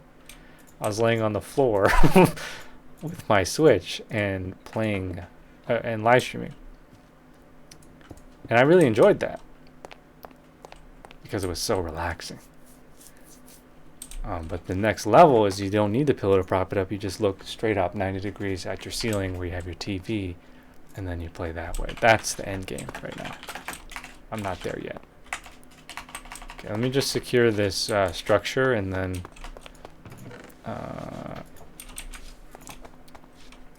I'm going to get my light because my camera's looking god-awful right now, and I got to fix that because the sun went down.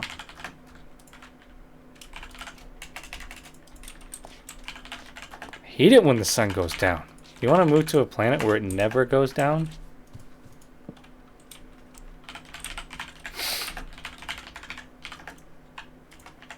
I wouldn't mind that. When I was a young lad. Oh, crap. I used to dislike the sun because I was a cave dweller. Literally. What? I was making so much noise doing my live streams and making videos. Actually, this was before the days of live stream. I was making videos late and like streaming or raiding in World of Warcraft late at night, like 3 a.m. And my parents got so fed up with it, they made me move in my office into the basement. And so I was down there in darkness. Well, I had lights, but you know what I mean. And I was doing all my exercise and interacting with society late, going out to the gym at like 12 a.m. Oh my gosh, should we go to like McDonald's? And I actually developed, and I think this is pretty common amongst hardcore gamers, I developed a aversion to the sun. And I'm now the polar opposite. I don't want to live without the sun anymore. I don't remember you being that way when we first met. BRB. That's because I was that way before I met you.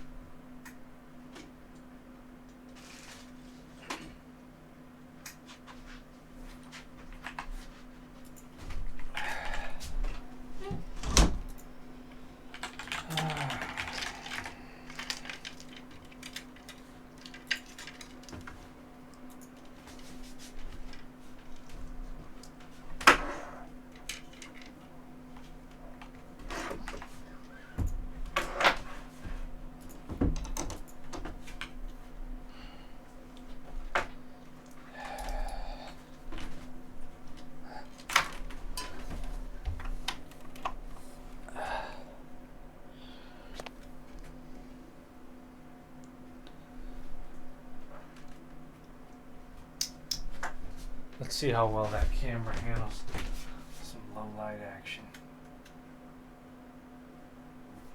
There. Now you look like a cave dweller. I won't bother adjusting your camera. You know colors. I love it when our home is... She likes it dark. Yeah. Dude McDuders has been watching you since the Battleground Tactic days. Yes. Most of the Battleground Tactics I recorded in my bedroom office before my parents said, get in the basement. I got tired of being in the basement. You know, I didn't want... You know, Hildolf Klintler, she lost the election for many reasons in 2016. But one of the big reasons is because she characterized the millennials as like people who lived in their parents' basements that didn't contribute to society. And so it's like, why would you vote for somebody when that's their opinion of you? I wasn't that way in 2016, but I was somebody that was living in my parents' basement recently because I didn't have any other option. And that's, first of all, it's nothing new. And second of all, it's nothing to be ashamed of. Especially now, because it's freaking hard for young people. But yeah, I definitely went through an era where I was recording videos in a basement. Interesting times. I prefer the office I have now. But my dream office is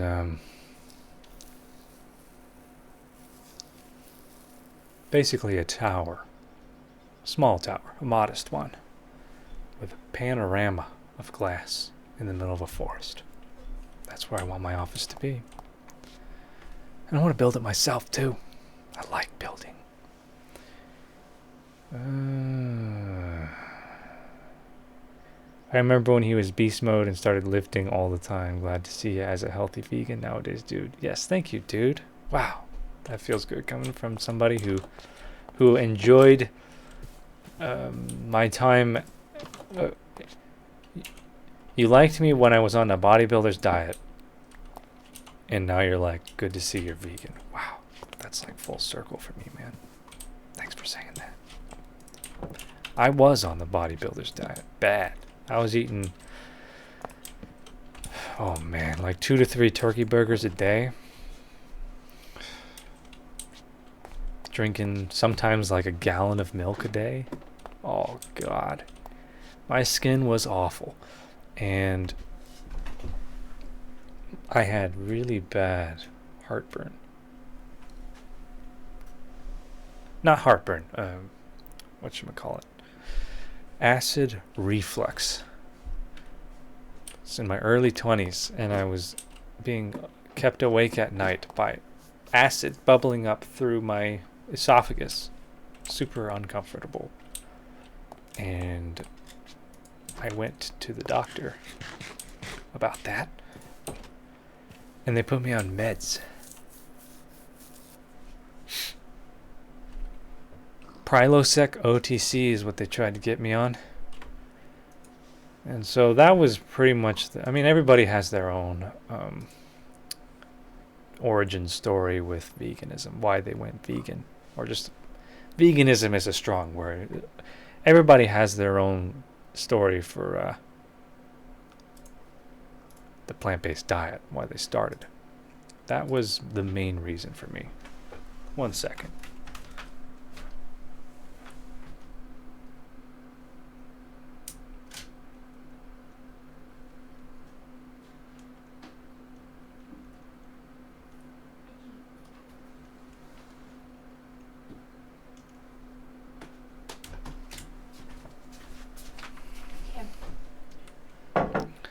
Oh, some tea. Ow, that's way too hot. But you warned me. Burned my tongue twice today. Dude McDuders on Twitch. Yeah. Watched me when I was a bodybuilder on the bodybuilder's diet, and he's happy to see I'm vegan. No, he says he's glad to see you as a healthy vegan nowadays, dude. Yeah, I was not healthy on the bodybuilder's diet. And I was doing a lot of bodybuilding as a vegan. And I prefer the build I had as a vegan. It's much leaner. Okay, him talking about your body transformation vlogs cracks me up because when we were first eating, I think you created like your 6-month like transformation video. 3 months. 3 months. And that video started circulating all around my family. She has a big family. Yeah, I have a huge family. I have like maybe 16 plus first cousins, my maternal side, and I remember everyone like saw your body and everyone was so embarrassing. Like you came to a family gathering and I think they were watching your video as you arrived. Yeah, I remember that. Oh my gosh. Yeah, I'm not out of shape right now. Like I bike a lot, but I've been in much better shape. I've always seen myself as somebody who's going to be maybe not in my prime, but probably the most attractive I'll ever be in my early to mid 40s. So I plan on being like really fit. There are people who get very fit in like their late years of life, who all of a sudden they're now running marathons. You know, who cares? Like, you don't have to be like 20, 30, 40. Like, you can get fit at whatever age you want. You can do whatever the heck you want to do. Yeah.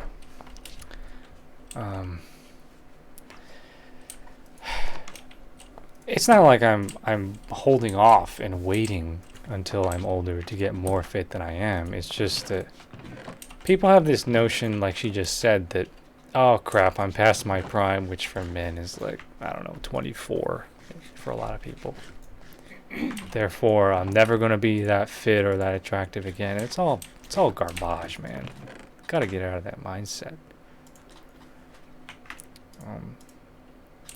So I definitely like to do fitness videos again. I'm just not I'm not fit enough to do fitness videos right now. I think too, another thing is basically I'm what I would call a fat F vegan. I try to keep this stream family friendly.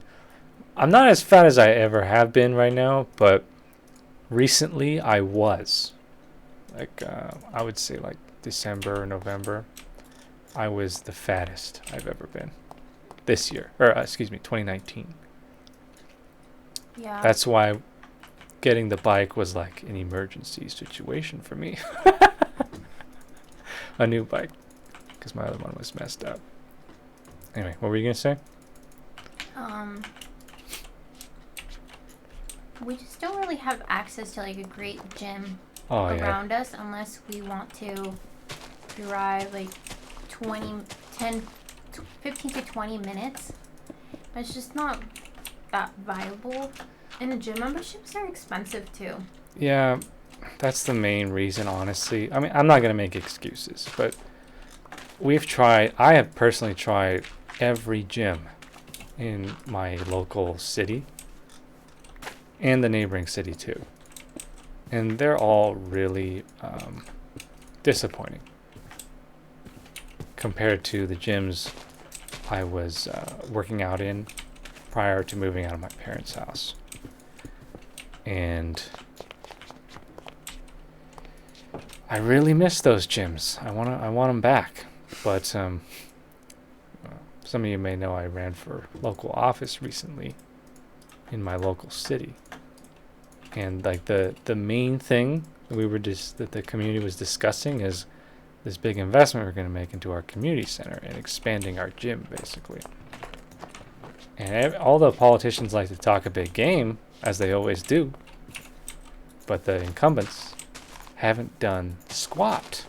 I don't think they're going to be doing anything. All they've done is this. They've done a whole lot of this.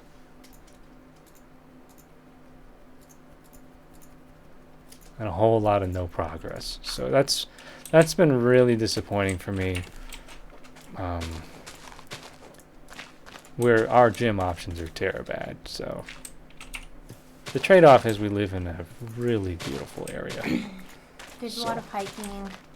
Yeah, lots of cardio. Like I would never run on a treadmill here. Even in the dead of winter, I was cycling in rainstorms and such.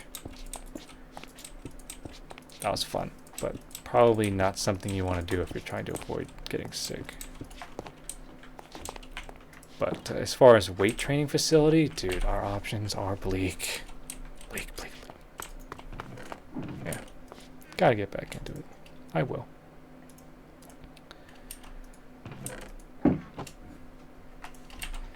So, the one thing about this house that is not symmetrical is this this ladder. Who cares? It's not like they're symmetrical in real life either. Like What do you most think? A-frames. What do you think of our A-frame? I like it.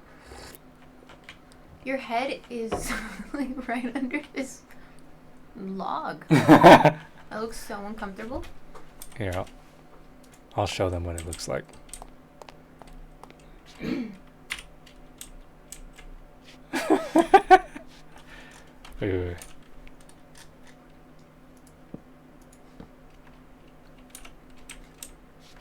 I look like I'm getting ready to murder someone.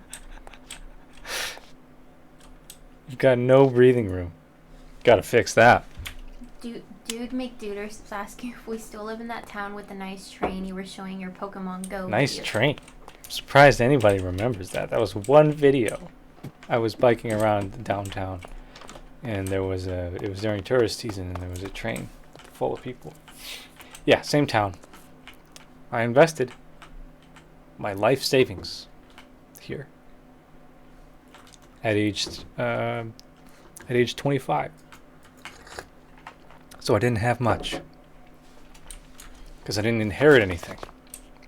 Nobody's handed me anything on a silver platter, like most of the quote-unquote successful people. Okay, relax. So I'm hunkered down here for a good chunk of time until the next step. Sweet D and I want to move on to some acreage. That is the plan. Because while I've lived here, I have developed an affinity for my favorite hobby now, even more than video games, which is gardening. And I've decided that I will not be happy in life unless I have a garden. And preferably, I would like to grow mostly my own food. I want a bigger garden. Everyone should be gardening right now. I want a micro farm is what I want. Everyone should be gardening right now. Agreed. Victory garden. I was trying to persuade people of that before this pandemic. Remember I was talking about it like crazy last year?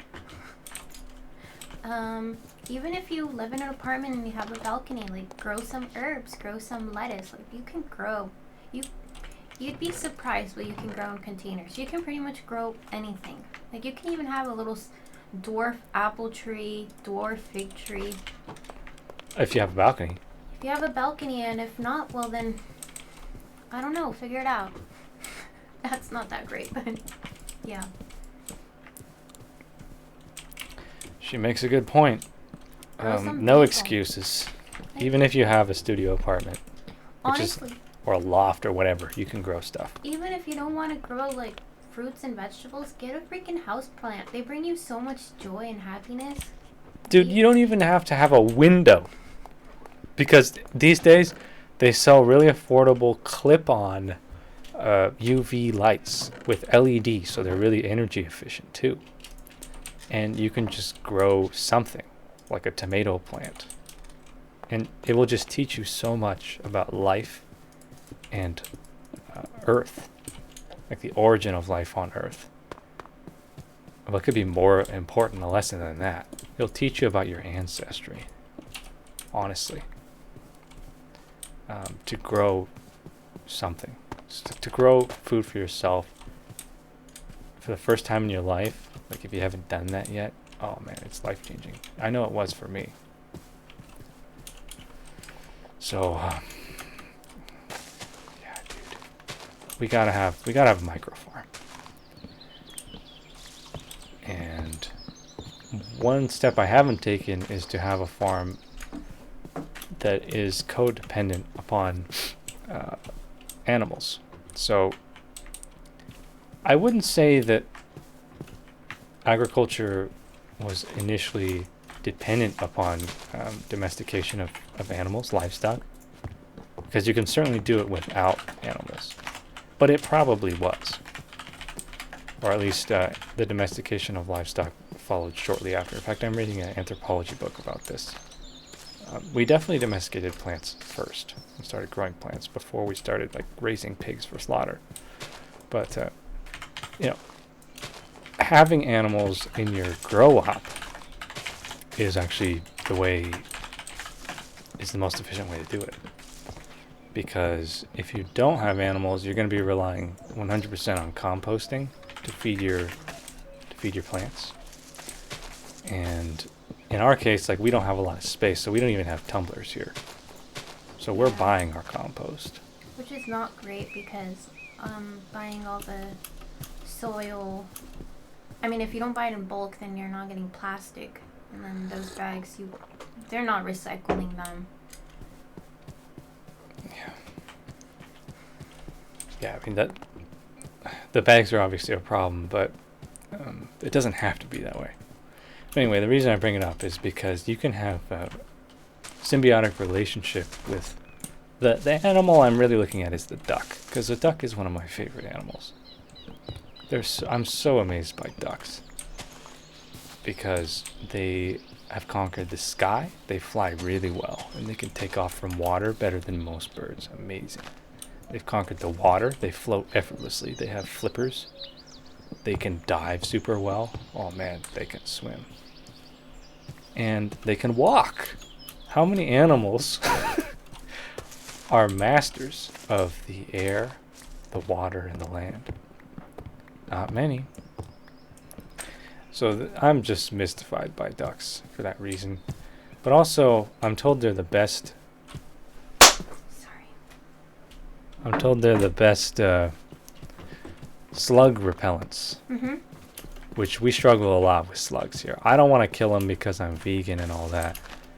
But, dude, they better stop eating my plants. So, slugs, or ducks like to eat slugs. They'll just throw them around and snatch them up easy. They know how to hunt them, find them. I don't have to feel guilty about it because the duck's got to eat something. And then you can use the duck crap to fertilize your garden. Oh, they're so cute. And grow your food. And I will never slaughter one of my homies, whereas most people would. So you can use animal husbandry in a grow op and still be 100% vegan, man. And in fact, that's the way to do it.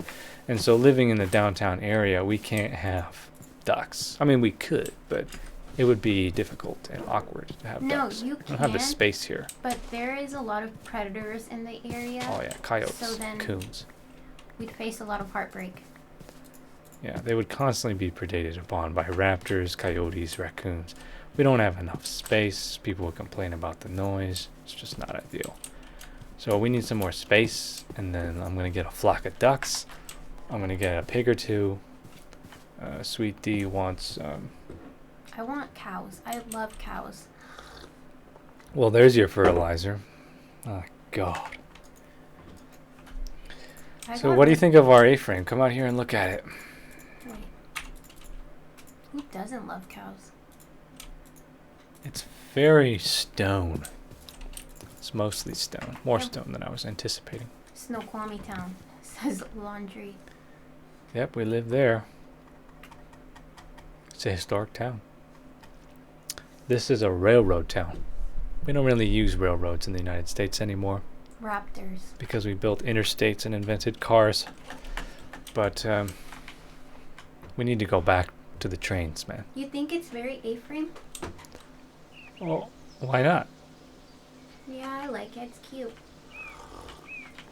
You want to change anything about it? No, I love it. I want to put a nicer door. Kind of door. That door is ugly. It was just temporary to keep the monsters Reminds at me of a dungeon, kind of. the spruce door. Well, there's not a lot of space in there to do redstone. Maybe we could do a colored roof. How would we do that? That's not color? No, like do like black or red. Well, if you want to be realistic, then the best way to do that would be by dyeing concrete. But the easiest way to do it would be wool, No. to dye wool. Which anyone making their house out of wool is a madman. But I rest my case. We don't have to domesticate or abuse sheep to make wool, as we learned. You just got to collect string. Well, there's a lot more we could do to this A-frame, but I think I'd rather play Outward. Oh my gosh. I'd rather play Stardew Valley than Outward. I'd rather play ESO. But we can play Outward. Alandry says, what happened to your boy Bernie? Now Sleepy Joe gonna get rolled. What do you have to say for yourself, Sweet D? What do you mean? To what Alandry's just said. What do you mean what happened to him? He's still alive. I think he's talking about the performance in the Democratic primary. Oh, I don't know. I think his message is just too 2016. It's 2020, Bernie. I like what he's doing right now, though. I wish he had that energy.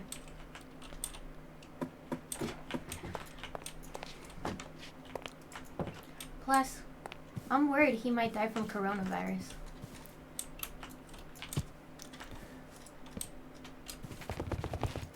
What do you think happened to him? Oh, it's a combination of many things. I think what we should be discussing and what people should, I think the most important thing to take away from the 2020 Democratic primary, which is still very much underway, is that the Democratic Party is not democratic. They like to complain a great deal about, here, come up on the roof. Okay. I'll explain this and then we'll peace out. They like to complain a great deal about election meddling. And they like to blame third parties like Russia, Putin, for meddling in the election. Oh, Hillary lost because of Russia. Okay, I don't want to get into how ridiculous that is, how there's no evidence, and how that whole propaganda campaign is just an embarrassment. But if you want to see an example of real election meddling, study the 2020 Democratic primary and what happened leading up to Super Tuesday. That was the worst election meddling I've ever seen. It's disgusting. Collusion is how you would describe it. Wait, we're still gonna stream, right? I'm confused. What's going on? I'm about ready to end the stream. You're gonna play Outward without streaming. Yeah, if you really want to stream, we can play Outward on the live stream. We should just play it on the live stream. I wasn't done. Oh, sorry. So, Barack Obama, that guy, who a large portion of the country seems to believe is an amazing president. That man is public enemy number one when it comes to election meddling. He did it in 2016, and he did it real bad in 2020. And he tries to pretend like he's some innocent, non-participant. But everybody knows he's the one pulling the strings back there. Everybody knows he called up Klob and Booty and said, hey, drop out, endorse my boy Joe Biden, and all your wildest dreams are going to come true. We're going to put you in the cabinet.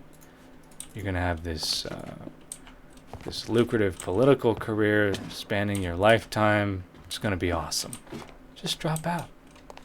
Collude with me to take down Bernie. And don't even get me started about the media industrial complex, which is a really, really big problem. They're the kingmakers in our democracy. They decide who gets nominated or who gets the coverage. They decide who the public knows, really. There was collusion within the Democratic Party and collusion within the media from day one in the media. And not limited to the Burn, also my boy Andrew Yang, who is the guy I think is best fit for the presidency right now. Media collusion like you wouldn't believe. Oh man. Election meddling. So there's that. There's the fact that Bernard's message is really just fine-tuned to appeal to working, quote-unquote, working class, which is kind of an offensive term if you really think about it. What he means by that is low-income families. People that don't have a lot, like the family he grew up in.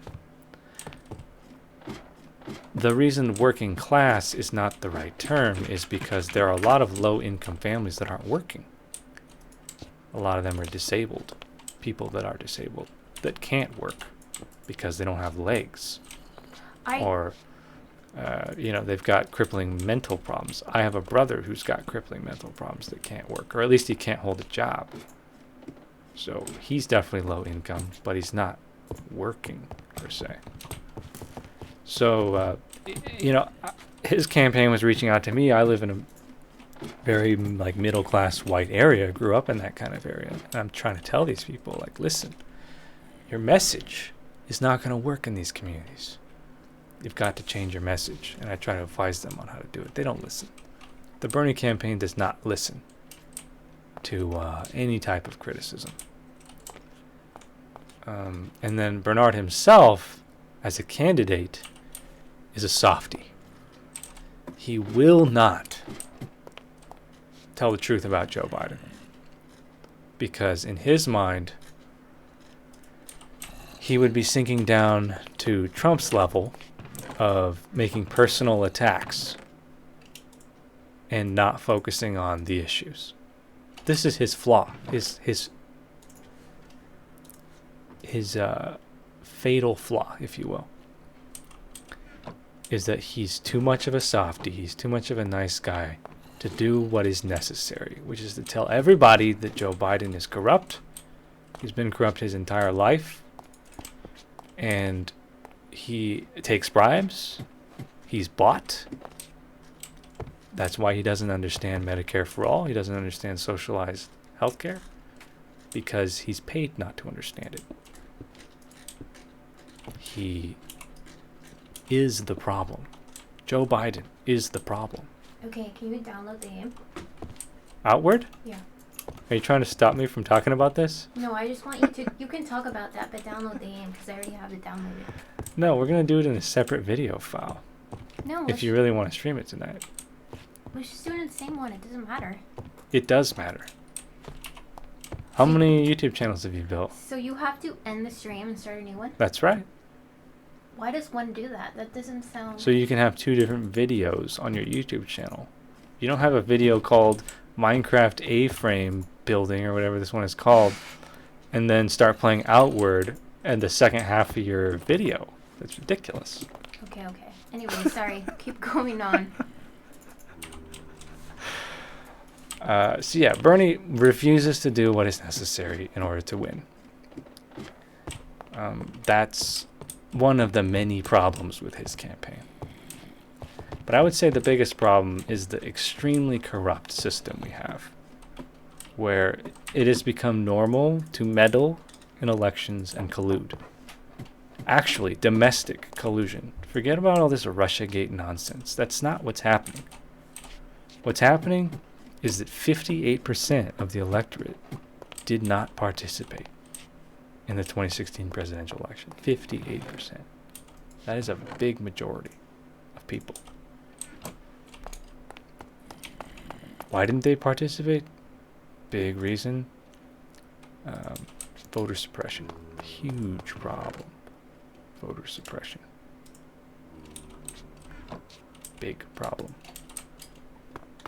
The other main reason is because those people are not being represented. They're hopeless. They don't have hope because they're not represented. The system has failed them. They don't believe in the system. They don't think that voting matters. There's so many reasons why people don't participate. Hey, do you know how to build a campfire? Let's see. I logged out so I could download the game. Stripped oak log. Okay, let's try that. Spruce.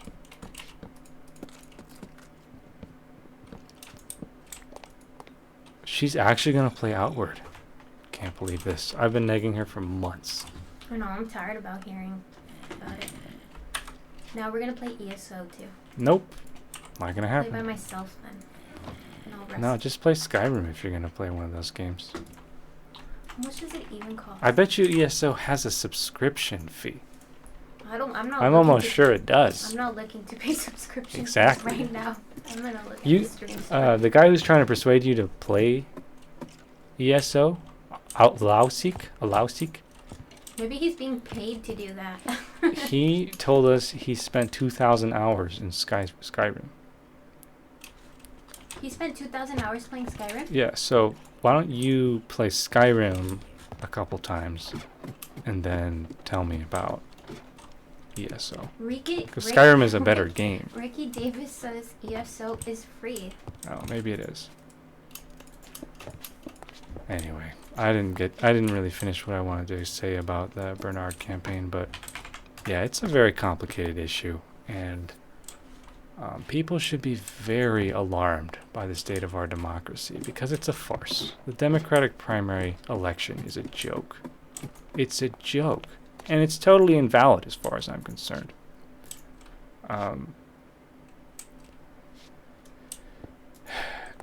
There was an unprecedented amount of collusion and cheating.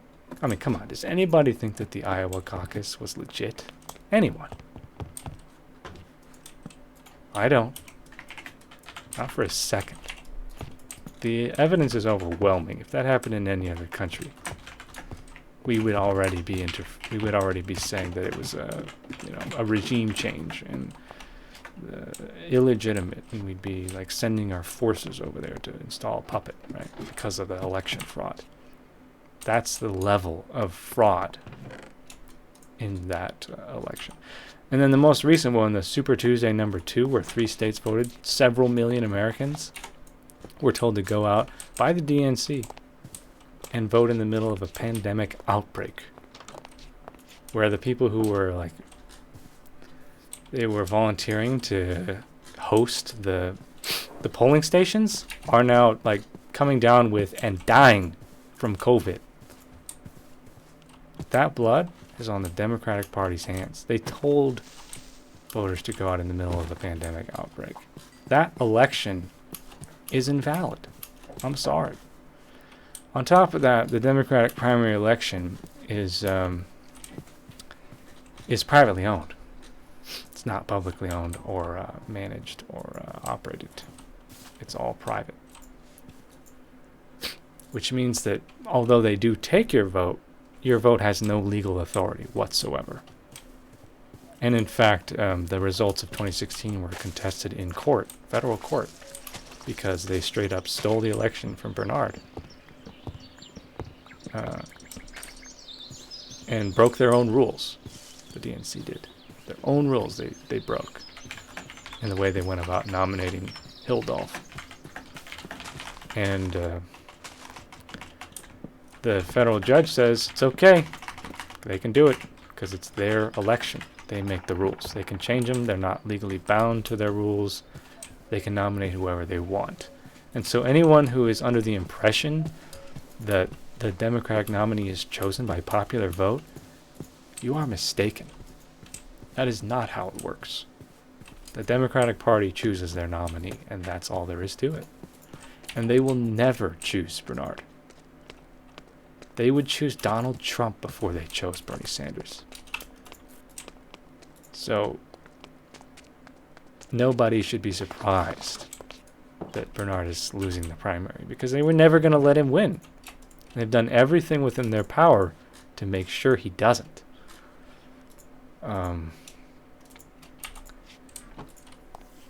There's one more thing I want to say about this.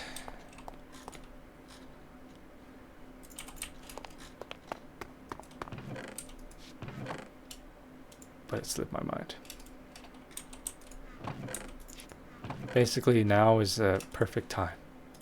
An unprecedented opportunity to break the two-party system in the United States, which is the biggest problem we're facing, in my opinion. You can't expect to fix the economy or fix our government if we don't have legit elections in this country. Because the way the people express their the solutions to their problems is by voting. If the vote is invalid, then how the hell are they supposed to fix their problems? So we have to fix the democratic process first. And there are a number of ways to do that. But the most paramount priority is to eliminate the two-party system. In other words, establish multiple parties that are valid and that people can actually run for the presidency and win as non-Democrat and non-Republican. That has to be done. That's priority number one, IMO. And now is the perfect time to break it because we're in the middle of a multifaceted national crisis, and Bernie's not going to do it. I'm trying to start a movement basically to do that. And I have very little confidence that Bernard is going to do what it takes, because for as much as he likes to talk about revolution, he's not a revolutionary. Because he doesn't do what it takes to start a revolution. So you could say that his candidacy was very much flawed in the first place, from the beginning. But Joe Biden has no authentic popularity. He is a disaster of a candidate. He's even worse than Hillary Clinton. Much worse, in fact. So,